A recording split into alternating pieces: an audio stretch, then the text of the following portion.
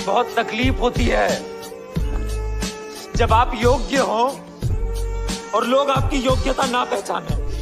तो गुरु, जब कभी मैं देखता हूँ आजकल की ये 14 साल वाली छपरी निब्बियों को, तो मुझे समझ नहीं आता कि भैंसटोक मैं ही थोड़ा लेट बड़ा हुआ हूँ या ये कुछ ज्यादा ही जल्दी बड़ी हो रही हैं। क्योंकि जिस उम्र में हमारे टाइम की लड़कियां बात करती थी सोनपरी और सकलका बुम बुम की पेंसिल के पावर की, उसी उम्र की आजकल की छपरी निब्बियां मेरे इंस्टा पे टाइप करती हैं पिक दिखा दो मुझे अपने आईफिल के टावर की। अब कौन बताए उनको कि 9 का टेबल याद कर लो बिटिया, वरना विद्यालय में कल सूठी जाओगी। और भूलो मत, पड़ोस में ही रहती हो, अगर स्क्रीनशॉट दिखा दिए तुम्हारी मम्मी को तो बाल पकड़ के कूटी जाओगी। ठीक ऐसा ही कुछ होने वाला है हमारी आज की इस मूवी में, जहाँ पर आप देखोगे 2 ऐसी छपरी निब्बियों की जिनकी भूत न भूती बस बातें ऊंची ऊंची। उनका मन नहीं लगता अब अपनी बारबी डॉल के फ्रॉक में, क्योंकि वो खुशियां ढूंढती हैं लंबे वाले लॉलीपॉप में। फिर इस राह में मिलता है उन्हें एक अत्याचारी जिसके पास होती है गहरी पिचकारी,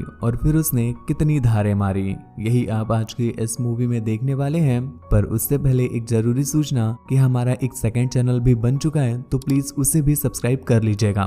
उस पर भी तगड़ी तगड़ी मूवीज आएंगी, तो पहले उसे सब्सक्राइब कर लीजिए, बेल आइकन प्रेस कर लीजिए और फिर मूवी को स्टार्ट करते हैं। तो मूवी स्टार्ट होती है एक आइलैंड से और हमें वहां पर मैरी मार्लो दिखाई जाती है। मैरी एक फिट लड़की होती है, तो वो ऐसा मानती है कि वो लॉन्डो के कच्छे बड़े आसानी से टाइट कर देती है। पर दूसरी तरफ जो मार्लो थी, वो अगर खुद से भी कह दे कि आ जाओ मेरी मार्लो, तो भी कोई नहीं मारता था। इस वजह से वो काफी परेशान रहती है और वो सच में चाहती है कि वो अपना वेट घटा ले, पर उसे जिम जाकर वर्कआउट नहीं करना है बल्कि ओयो जाकर वर्कआउट करना है। और इनके जैसी 12-14 साल की उम्र में हम लोग थॉर का हथौड़ा देखकर खुश हो जाते थे, और एक ये लोग हैं जो खैर छोड़ो, फिलहाल ये छुट्टी मनाने के लिए अपने पेरेंट्स के साथ इस आइलैंड में आई हुई हैं। और जब ये एक रेस्टोरेंट जाती हैं लौंडे ताड़ने के लिए, कि तभी वहां पर उन्हें एक रोज नाम का लौंडा दिखाई देता है जिसकी आंखों से ही हवस टपक रही थी, और इस तरह से कॉम्बिनेशन बन जाता है रोज मेरी मार लो। अब जब 3 ऐसे प्यास भरे मानव मिले हैं, तब तो पक्का कुएं की खुदाई तो होगी ही होगी।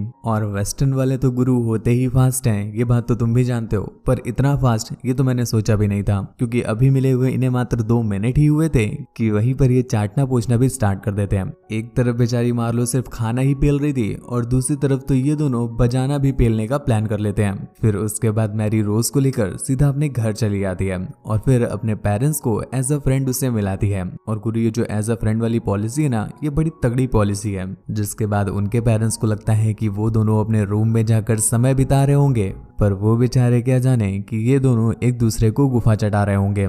अब बेचारी दूसरी तरफ मार्लो की मारने के लिए कोई भी नहीं था, तो वो बेचारी स्विमिंग पूल में ही एक खंबा पकड़ के उसके साथ ही अपना लग जाती है।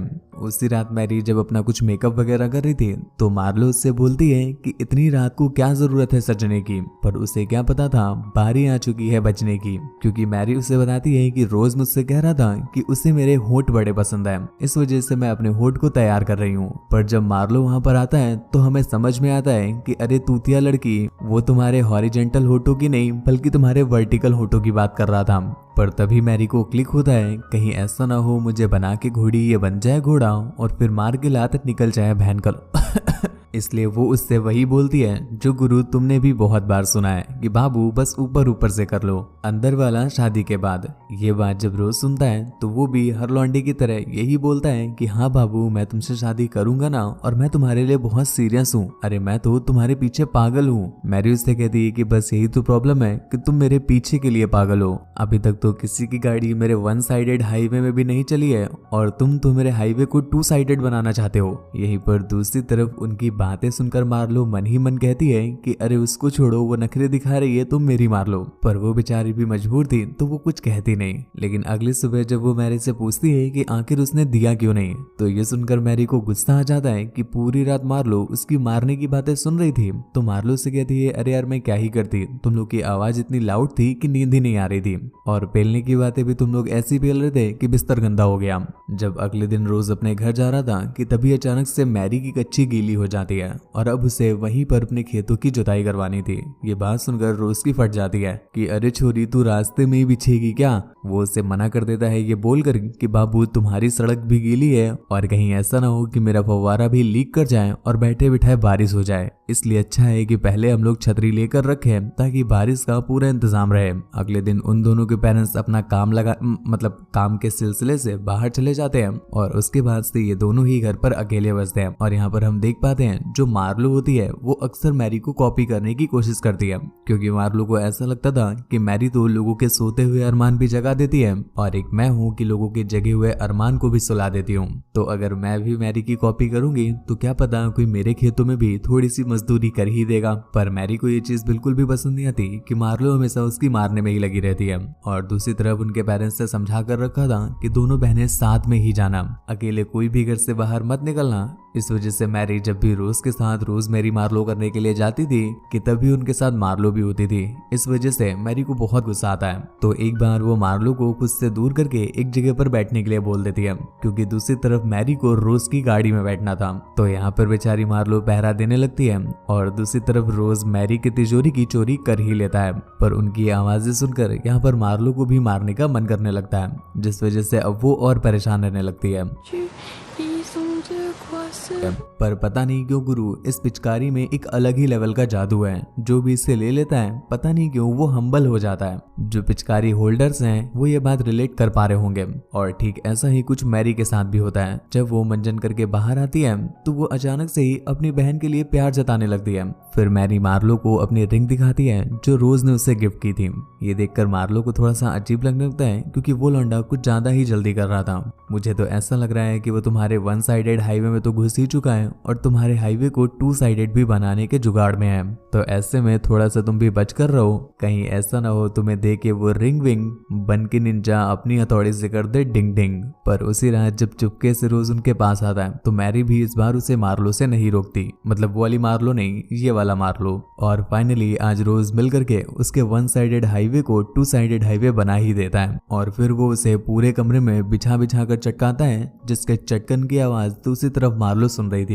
और एक बार फिर से ये सब सुनकर उसकी झांटियां फायर हो जाती हैं, क्योंकि उसे बहुत बुरा लग रहा था। एक तरफ मैरी की तिजोरी इतनी छोटी होने के बावजूद भी लौंडे स्ट्रगल कर रहे हैं उसकी तिजोरी लूटने के लिए, और दूसरी तरफ मार्लो की तिजोरी इतनी बड़ी है लेकिन फिर भी कोई चोर उसमें हाथ नहीं डालना चाहता। हालांकि अगले दिन मार्लो मैरी को समझाने की कोशिश करती है कि ये चोर मुझे कुछ ठीक नहीं लग रहा और ये तुम्हारी तिजोरी को फाड़ के न रख दे। पर एक्सपीरियंस से बता रहा हूँ मेरे भाई, ये घंटे का नशा ही ऐसा है कि बात कोई घंटा नहीं सुनता। और ठीक ऐसा ही मैरी के साथ होता है कि वो घंटा मार्लो की बात नहीं सुनती और कॉन्टिन्यूअस रोज का घंटा बजाती रहती है। पर तभी एक दिन जब उनके पेरेंट्स लौटकर वापस आते हैं और उसी दिन रोज की मॉम आकर उनकी मॉम को समझाने लगती है कि मैं अपने लौंडे को पढ़ा लिखा कर रास्ता दिखा रही हूँ इंजीनियरिंग के रूट का, पर वो भैंसटोक नशा करने लगा है आपकी बिटिया के ये बात जब उनकी मॉम को पता चलती है तो उनकी तो पूरी गणित ही फट जाती है, जिसके बाद वो दोनों ही बिटियाओं की नितंब पे लात मार के उन्हें अपने साथ ले जाने लगती है। मैरी को समझ में आ चुका है कि हालांकि उसके पेरेंट्स उसकी तो नहीं बजाएंगे, पर दूसरी तरफ उसके बाबू रोज की फाड़ के 64 कर देंगे। तो मैरी बार बार अपनी मॉम से बोलने लगती है कि प्लीज मेरे बाबू को कुछ मत कीजिएगा। पर उसकी मॉम की तो और झाटियां फायर हो रही थी कि इसको अभी भी अपने बाबू की पड़ी है और यहाँ पर जो इसने हमारी लंका लगा दी है उसकी इसको घंटा परवाह नहीं। तो वो अब सारा करने कराने का जिम्मा उसके डैड पे दे देती हैं कि अब जो भी करेंगे वो तुम्हारे डैड करेंगे। तुमने जो अंडर एज में उसकी बंसी बजा दी है और उसने जो ये कच्ची खिचड़ी खाई है ना, इसके बदले उसे ऐसा बम्बू मिलेगा कि वो झेल भी नहीं पाएगा।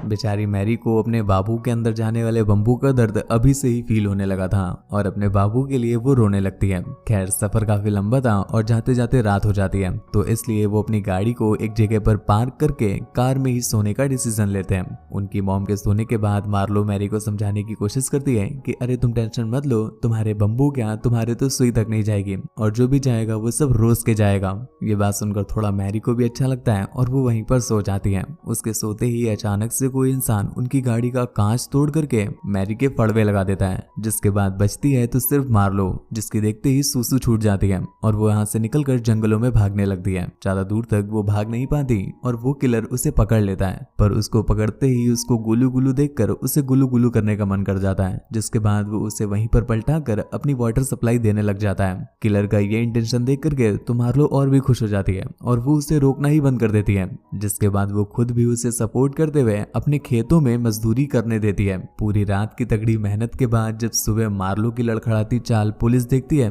तो उन्हें समझ में आ जाता है कि मार्लो के तो गहरे वाले फड़वे लगे हैं। पर मार्लो उनसे कहती है कि अरे ये फड़वे नहीं लगे हैं, वो किलर तो काफी अच्छा था और उसने बड़ा कोऑपरेट करके साथ दिया है। उसकी ऐसी बातें सुनकर पुलिस की भी फट के दरवाजा हो जाती है और इसी के साथ ये मूवी यहीं पर एंड हो गई। तो गुरु तुम्हें मूवी कैसी लगी नीचे कमेंट करके जरूर बताना और हमारे दूसरे वाले चैनल को अभी ही सब्सक्राइब कर लीजिएगा और ऐसी ही और भी ज्यादा इंटरेस्टिंग वीडियोस के लिए चैनल को सब्सक्राइब करके बेल आइकन प्रेस कर लीजिएगा और वीडियो को एक छोटा सा लाइक कर दीजिएगा। इसको करने में बस आपको 1 मिनट लगेगा, पर इसके पीछे हमारी पूरी 2-2, 3-3, 4-4 दिन की मेहनत होती है, तो हमारे लिए प्लीज इतना करना ना भूलिएगा। मुझसे बात वगैरह करनी हो या मुझे देखना चाहते हैं तो आप इंस्टाग्राम पर आ सकते हैं।